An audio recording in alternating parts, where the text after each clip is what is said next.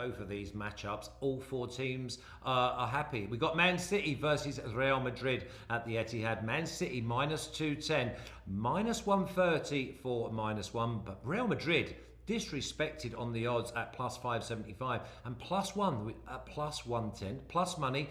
You get a push if you get beat by one, so you've got more than a double chance at plus money. I cannot believe that. Under or over 3 goals, if the over being at plus 115. The draw is at plus 375, and that is a runner. Man City to score twice at minus 180. Real Madrid to score once, is at minus 150. Marco here, try it. We are going to break this game down properly, so it's just going to plenty more meat on the bone. And if you've got any questions, get yourself in the chat now. Over to you, Mr. O'Hare. Yeah, I think when I looked at this match first, I did think City might be slightly short, but the more I kind of looked into it, the more I feel that they're probably justified at that price. Because if we compare City's prices in the Premier League, I know it's different competition, it's difficult to kind of compare and contrast that kind of thing, but the biggest price they've been at this season was, I think, plus 100. I think that's been kind. They were probably a bit shorter than that at home to Liverpool, which is understandable. They were minus 150 against Chelsea and minus 250 at home to Man United. So basically the market has put Real Madrid somewhere between Chelsea and Man United. I don't think that's completely unfair. The Premier League is operating at a much higher level to La Liga, not just in terms of budget, but look at the way in which the Premier League has performed in European competition over the last couple of years. I think it's fair enough to say that the Premier League is better than La Liga right now, and City being the Premier League champions, the league leaders, are probably going to be rated a degree higher than Real Madrid too. The issue I have, and if there's one negative I can sort of pick out for City coming into this match, is potential absentees. We know Joao Cancelo is suspended.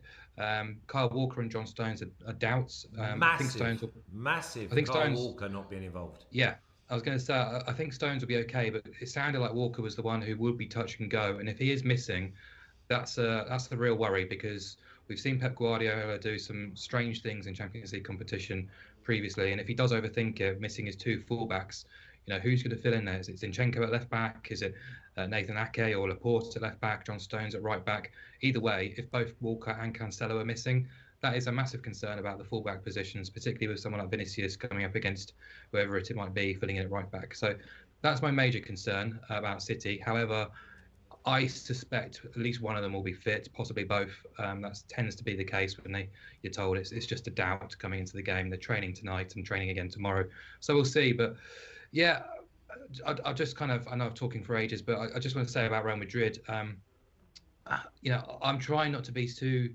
persuaded by what we've seen in the last 2 ties, which is Real Madrid progress against PSG and Chelsea, because when you break down both ties, I think both PSG and Chelsea were the better team for 3 of those 4 halves, excluding extra time. And it's just some incredible finishing from Karim Benzema, which, of course, you've got to respect. Some unbelievable midfield play from Luka Modric, who's playing like he's 10 years younger at the moment. And I think Valverde's legs and energy gives that midfield a massive helping hand. But they've got doubts too, with Casemiro and Alaba rated as major doubts too. So injuries potentially robbing them of 2 key players as well. With those players, I think the defence is strong and capable. You've got Courtois, one of the best goalkeepers in the world right now. And of course, Benzema and Vinicius up front, who can do damage. But I just think I'm trying not to be too distracted by the fact that they've dumped out PSG and Chelsea. They're underdogs against Chelsea. They were underdogs against PSG, and I think they were the worst team in both of those ties too, looking sort of without the actual goals in those matches too. So I think they'll go to Manchester and be keen not to avoid a heavy defeat. I don't think we'll see quite the sort of timid and cautious display we saw in Paris. And I don't think we'll see it quite at sort of Atletico Madrid standards, but I think there'll be a realisation that they have to stay in this tie going back to the Bernabeu. They'll try and stay compact. They'll use the transitions and counters and see what they can get. But yeah, the goal expectancy here is 3, isn't it? Over 3 at plus 115. That feels high for a Champions League semi-final first leg. I wouldn't see many people backing overs there. Can we see 4 goals here? I certainly can't, but I'll be back at the unders there and kind of trying to keep City on side. Yeah, I definitely see a tight match, and there's so many different things I've got wrote down, Mina. Let's start off with Man City, because I've seen nerves in the Premier League in the last 2 games. First of all, against Brighton. Yes, they ended up... Look at the score, they won 3-0. Look at the performance, and they were just a bunch of nerves from the keeper right up to Mahrez, Bernard. They were taking 3 and 4 touches, where earlier on in the season they were doing it in 2. I saw them vulnerable against Watford and Brighton on the counter-attack. Now, Real Madrid have got this far in the competition on the counter-attack of winning and then in transition being completely deadly. Is there any type of omen that Real Madrid, yes, they were, for a whole game and an hour, they were second best against PSG? Is there a chance that their name is actually on the cup? Okay, I don't believe in luck in anything. I believe in stats, and I believe in tactical adjustments. I come from the Italian school of obviously of football. I am Serie A expert, so everything that Ancelotti did is for me a genius tactical adjustment. You only need to watch the game against Sevilla to see exactly how he moves his pawns and how he frees up the players to place them in the right positions. I thought everything from Camavinga's pressing to allow Modric to step higher was exactly why Benzema gets put in these positions to score goals. It's exactly why they don't need to play well for 90 minutes. It is the team of comebacks this season, because what Ancelotti doesn't do very well, unfortunately, is start games wonderfully. And that is an Italian thing, I have to say, because Allegri is the same, and Fabio Capello used to be the same too. But what they're very good at is tactical adjustments. You need to remember Juventus against Spurs or Milan against everyone. It's all about the last minute and what you can do to put the right players into the right places. And nobody's better in that in the world than Carlo Ancelotti. Unfortunately for me, when you are a team that cares a lot about your system, the system comes first. And I find it really quite remarkable to say that a team that's won this competition 13 times and one that's reached one final is somehow that difference. I don't know how. But for me, I don't think Manchester City were very good against Atletico Madrid in the second leg either. But what I did think they were very good at was emotional. They know how to not be provoked into any situation, and that showed signs of maturity, which is great news for them, because frankly speaking, for all the money that they've spent and for the wonderful system that they have in place, they have really disappointed in this competition. And they did manage to reach a final, and that's great for them, because they are up against somebody that's very good at making use of your mistakes. They do have Eder Militao out. What I could have really done there is if Manchester City had a big centre forward, I feel like this is their competition for sure, especially against Madrid. But they don't have the guy that can target at the moment. And so I don't know which way this is going to go without when you have Vinicius Jr. The last 2 times they played, it's a 2-1. So I think there's 3 goals in there. I don't think there's more. I don't think there's less. So I went with both teams to score. And reason I believe Madrid can do something in Manchester is because of the fact that there is no Kyle Walker, and there are defensive gaps. And then I do trust in the ability of Madrid to do something in the last 15 minutes. They don't even need to do that well for the first 45. You can let Manchester City do all the pretty things, and you just win it when you have to do with the right tactical adjustments. Because in that, Pep is not as good as Ancelotti. But in the first 80, it's all about Pep and his football, and it will be astonishingly beautiful to watch. Okay, let's have a little look at the personal matchups on the or the personnel matchups in this game, because obviously you take out De Bruyne of Man City because he's creativity, Bernardo Silva creativity, but then you've got the likes of any 2 from 3, whether it be Rodri sitting in there, Fernandinho's not getting a game, so all of a sudden I'm thinking, are they going to be exposed? Because as brilliant as Man City's squad is, it falls short to the Real Madrid squad, because we've got World Cup winners, we've got World Cup finalists, and on the stage, and let me just go back to Modric with his unbelievable ball for Rodrigo in the 82nd minute, not the 5th minute where he's meant to be all fresh.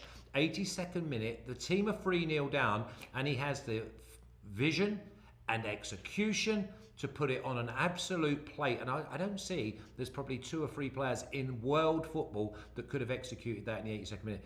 I see the edge in personnel with Madrid. Then you put the vulnerability of Man City, overcommitting at home in the first leg, and with Kyle Walker's pace, that gets him out of trouble because he's not a great defender, but his pace is electric.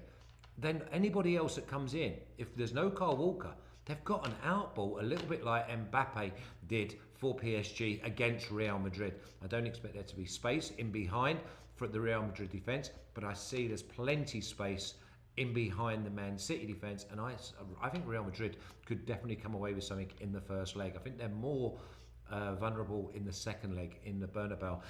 Mina, What do you think about the matchup? If any 3 from 4, Kroos, Modric, Valverde, Casemiro, I mean, Rodrigo could even play out there as well. So Yeah, they've got a good bench. But you mentioned something about the direct play, and you mentioned about Watford, and if you play very vertical football, there's always been that flaw in Manchester City's style of football. It can be hit, but there's another one as well. There's Spurs, right, under yeah, Conte. They destroyed them too when they did that. I wonder whether that's going to be the blueprint for players like Vinicius Junior, obviously for Carlo Ancelotti putting this all together. So I don't know. Is this a Manchester City loss, a tight loss, and then they take it back to the Bernabeu and then we see what happens? Or is this Manchester City dominating and collapsing in the final few minutes when Madrid only need about 10 minutes? But you're right about the outball. This is what worries me. Not having Joao Cancelo is huge, and not having Kyle Walker is huge. Cancelo is more than just an out. He's really clever. And so I think that he's also very versatile and able to close down spaces. I'm interested to see whether or not this time around, like against Sevilla, it's not Kroos that's taken off, but rather Modric. I'm sure Camavinga will play a role in all of this. I'm sure Rodrigo will play a role in all of this. So it's going to be about the substitutions, and it is going to be about the tactical adjustments. Chelsea, Marco here, winning the Champions League last year with the exact ball that we're expecting maybe Real Madrid to try and exploit as well. Spurs went there and done it. Watford and Brighton, and are not even like close to being this Real Madrid vision and execution of passes quickly. I expect plenty up, back, throughs. Benzema reliable, gets hold of the ball, and I see that he maybe will take up both of the centre backs, and then it's back through and then away. I just see there's a massive disadvantage for Man City having the first leg at home. Possibly. I do think City have matured a lot in the past 18 months or so, and I think getting to the Champions League final was a huge monkey off their back, and I think the way in which they went about their business to get there was it felt like they kind of got scratched that itch, if you like. And I know they failed to perform and picked an odd team in the final, but it was only 2 years ago that I think when City met, was it 2 years ago when they played Real Madrid last time in the Champions League? I believe it was a better Real Madrid team than City are playing this time around, and they were much the better team in both legs and beat them quite convincingly, even if the scoreline wasn't quite as convincing as what we saw with our eyes. And I just think City, we try and find negatives and try and criticise City as often as we possibly can, because we set such high standards and we're so used to them playing such incredibly controlled, winning football. And sometimes it can be quite dull and quite boring. And I do think this is what we're going to see on Tuesday night. I think City will monopolise possession, control territory, control the ball, control the tempo, and they'll be up to Real Madrid to try and thwart them and try and use the counter-attacks when they possibly can. And of course, in those counter-attacks and transitions, they have players who can hurt City. And if Kyle Walker isn't fit, then that is an issue to be dealt with. But right now, I suspect Walker will be okay. I just think, judging by what Pep's saying today, we'll see how they go in training later on and stuff like that. You get the impression these kind of players will be pushed through the pain barrier for these massive matches. And yeah, I think if Walker's fit, suddenly that defence looks a lot better and stronger. And I just think City will control this tie enough. And, we talk about Real Madrid's impressive array of talent in forward areas. Well, City aren't too bad either. They've got so much invention and creativity, players who can convert and create and themselves. They're still rated as the number one team in the world, even if we don't necessarily agree that is the fact. And the reason why they are minus 200 is because they're Man City and they're that good. So, yes, I say this. I think I said to you off air, I'm not sure, last week maybe, but I do kind of sometimes do Real Madrid a bit of a disservice. But when that team sheet comes through and you see the names on the team sheet, you do go, wow, they're a bloody good team, actually. So you kind of need to respect them as well. But I just think City are a level above them. Steve Gregory said, Mark's right here, Real's going to get dog walked. Not so sure about that, Steve. I'm telling you now that Real Madrid are a seriously good side. And also, you've got to remember that some of these younger boys, like your Vinny Jr., like your Rodrigo, they're a year older. Valverde also is now becoming and believing in himself as a part of this impressive squad. Listen, both of them are going to be great. I expect it to be very, very tight. Let's have a little look at the official picks of Game 1 of the Champions League semi-final. And as they flick up, just to remind you, Man City are plus 125 to go and lift the trophy on May 28. and I think it's plus 650 for Real Madrid. Some of us got Real Madrid at plus 1800, and I'm not hedging yet. It's okay. Madrid and over 1.5 goals to plus 650. Love that, Mina. Love that positivity. Madrid for me at +1 at plus 110. I don't see them losing by 2 goals, so I feel as if that's a free hit. Man City and under 3.5 goals at plus 125. The one thing for everyone there is we don't see 4 goals. We do not see 4 goals. I'll be very, very shocked. Yes. When I made my pick, I was going back and forth with you, and you decided that this is the one that I should go for. Yeah, because that's what it actually said. It actually said Real Madrid and over 1.5 goals at plus 650. And if you write a plus 650 or if you write a plus 110, I'm going for the plus 650 every single time. Listen, I do not get. I'm giving you options. Then I'm just. Listen, plus 650. That's why people tune into us rather than like we said like we did at Serie A at the weekend. I know it's all right talking after the event, but we said Salernitana, worst team to play in Serie A. They were plus 500 at the weekend, and we told everybody, get on them at plus 500, and they duly obliged. We told them to get on at plus 190, and they duly obliged to score in the first half. Okay, that's game number 1. I can't lose money, so go for it, guys. Exactly, plus 650. Tony's gone for Madrid, +1, and under 2.5 goals. +1, so basically, Tony, you're looking at a 1-1 draw, which again brings in the draw at plus 375. Wouldn't put anyone off of that either. No.